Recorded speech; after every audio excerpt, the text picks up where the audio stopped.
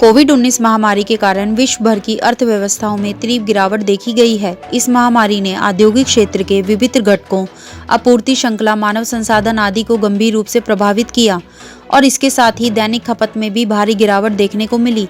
इन चुनौतियों के कारण अर्थव्यवस्था सुधार और इसे पुनः गति प्रदान करने को लेकर चिंताएं बनी हुई थी। हालांकि देश में कोविड-19 महामारी के नियंत्रण हेतु लॉकडाउन के हटने के बाद देश की अर्थव्यवस्था में तीव्र सुधार के संकेत और अधिक स्पष्ट होते जा रहे हैं। आर्थिक क्षेत्र में यह सुधार विनिर्माण, कोल, स्टील आदि प्रमुख क्षेत्रों में भी देखने को मिला है।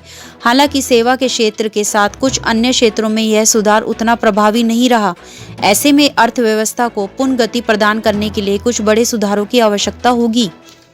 23.9% की गिरावट दर्ज की गई। इसी प्रकार वर्ष 2020 की पहली तिमाही में विनिर्माण क्षेत्र में 39.3% और खनन क्षेत्र में 23.3% की गिरावट तथा व्यापार, होटल, परिवहन एवं संचार के क्षेत्र में 47% की भारी गिरावट देखी गई।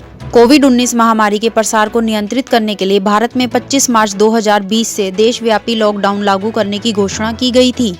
लॉकडाउन के कारण लोगों की आवाजाही और औद्योगिक गतिविधियों के प्रभावित होने से आने वाले महीनों में विश्व के अन्य देशों के साथ भारत की अर्थव्यवस्था में भारी गिरावट देखने को मिली। राष्ट्रीय सांख्यिकी कार्यकाल NSO के आंकड़ों के अनुसार अप्रैल-जून की तिमाही में भारतीय अर्थव्यवस्था में कोविड-19 महामारी के नियंत्रण हेतु लागू लॉकडाउन के कारण देश में औद्योगिक गतिविधियों पर गंभीर प्रभाव देखने को मिला। कृषि को छोड़कर लगभग सभी क्षेत्रों में नकारात्मक वृद्धि दर्ज की गई। औद्योगिक गतिविधियों में गिरावट के साथ ही विद्युत की खपत में भारी कमी देखने को मिली। गौरतलब है कि मार्च में -8.7%, अप्रैल में -23.2% और मई में -14.9% और जून में -10.9% में विद्युत खपत में आई कमी देश में औद्योगिक गतिविधियों में गिरावट का स्पष्ट आंकड़ा प्रस्तुत करती है। बेरोजगारी में वृद्धि। लॉकडाउन के कारण औद्योगिक गतिविधियों के प्रभावित होने से शहरी रोजगार में भारी गिरावट देखने को मिली, जिसके परिणाम स्वरूप बेरोजगारी की दर अप्रैल माह में 23.52% और मई माह में 21.73% दर्ज की गई। राजस्व में गिरावट। मार्च माह में लॉकडाउन की घोषणा के बाद सरकार के राजस्व में भारी गिरावट देखी गई। ध्यातव्य है कि मार्च माह में सरकार को GST के रूप में प्राप्त कुल कर राजस्व 97,597 करोड़ रुपए रहा, जबकि यह अप्रैल और मई माह में घटकर क्रमशः 32,000 करोड़ रुपए तथा 62,000 करोड़ रुपए लगभग तक पहुंच गया।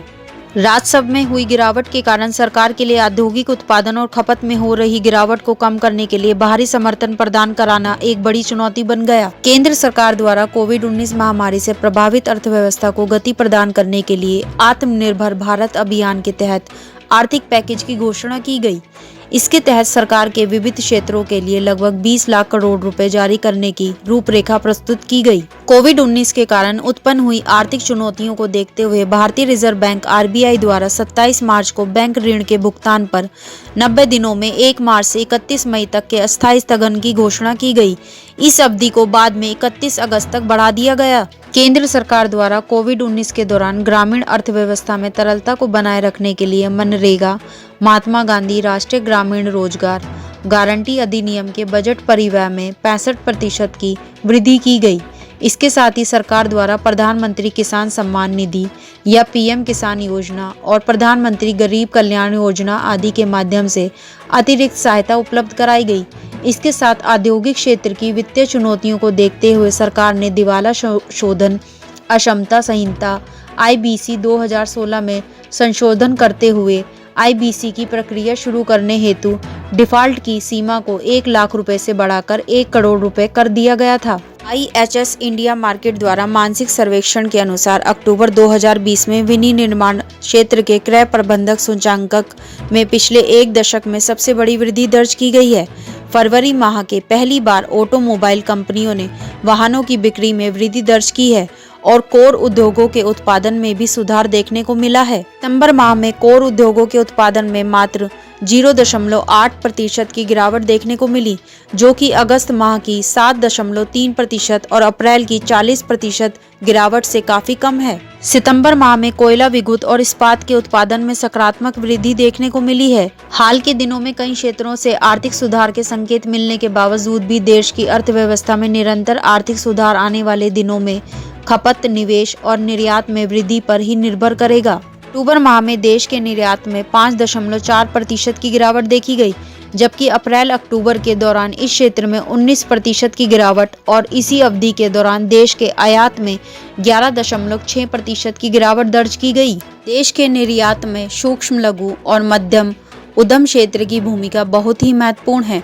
वित्तीय वर्ष 2018 से 19 में लगभग 48.10% है, परंतु पिछले कुछ समय से इस क्षेत्र में वित्तीय तरलता और मानव संसाधन की कमी के साथ मांग में हुई गिरावट से स्थितियां और अधिक चिंताजनक हो गई हैं। गौरतलब है कि हाल के कुछ वर्षों में निर्यात क्षेत्र में भारत के प्रदर्शन में गिरावट देखी गई है, जबकि बांग्लादेश और वियतनाम जैसे देश इस क्षेत्र में तेजी से आगे बढ़ रहे हैं। इसके अतिरिक्त निजी क्षेत्र के निवेश में गिरावट में एक बड़ी चुनौती बनी हुई है। जून 2020 में सकल स्थायी पूंजी निर्माण (जीडीपी) का अनुपात 19% 5 रहा, जबकि जून 2018 में यह 19% था। ऐसे में इस चुनौती से निपटने में निजी क्षेत्र की भूमिका बहुत ही सीमित रहेगी। पिछले कुछ वर्षों से देश का बैंकिंग क्षेत्र भी कई प्रकार की चुनौतियों का सामना कर रहा है, परंतु कोविड-19 महामारी से उत्पन्न हुई वित्तीय चुनौतियों के कारण एनपीए के मामलों में वृद्धि से यह समस्या और भी जटिल हो गई है। सरकार द्वारा लागू मौद्रिक नीतियों से वित्तीय तरलता की चुनौतियों को कम करने और बैंक ऋण में सुधार लाने में भले ही सफलता प्राप्त हुई हो, परंतु बैंकिंग क्षेत्र में व्याप्त जोखिम को नजरअंदाज नहीं किया जा सकता है। देश की अर्थव्यवस्था को गति प्रदान करने में खपत और सार्वजनिक निवेश में वृद्धि की भूमिका बहुत ही महत्वपूर्ण होगी। इस महामारी से सीख लेते हुए सरकार को स्वास्थ्य, सूचना, प्रौद्योगिकी आदि क्षेत्रों में आयात पर निर्भरता को कम करते हुए स्थानीय आपूर्ति श्रृंखला को मजबूत करने पर विशेष ध्यान देना होगा। महामारी के दौरान कृषि क्षेत्र में सबसे कम गिरावट देखने को मिली। हालांकि इस क्षेत्र में रोजगार और आय में वृद्धि के लिए विशेष प्रयास किए जाने चाहिए, जिससे इसका पूरा लाभ उठाया जा सके। सरकार द्वारा कृषि अवसंरचना कोष की स्थापना इस दिशा में एक सकारात्मक कदम है। कोविड-19 महामारी के कारण अर्थव्यवस्था की क्षति को कम करने के लिए खपत निवेश चक्र को जल्द से जल्द गति प्रदान करना बहुत ही आवश्यक होगा।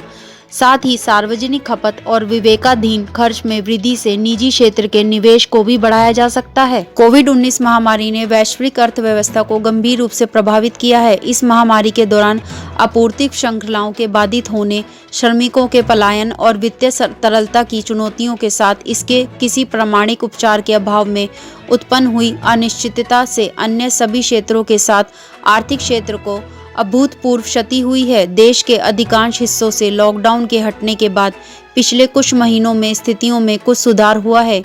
हालांकि देश की अर्थव्यवस्था को पुनः गति प्रदान करने के लिए सरकार को सार्वजनिक निवेश के साथ स्थानीय आपूर्ति श्रृंखला को मजबूत करने की, वित्तीय तरलता बनाए रखना तथा सार्वजनिक खपत को प्रोत्साहित करने पर विशेष ध्यान देना होगा। बनी रहिए हमारी EMH न्यूज़ चैनल से हर दिन रात दिन।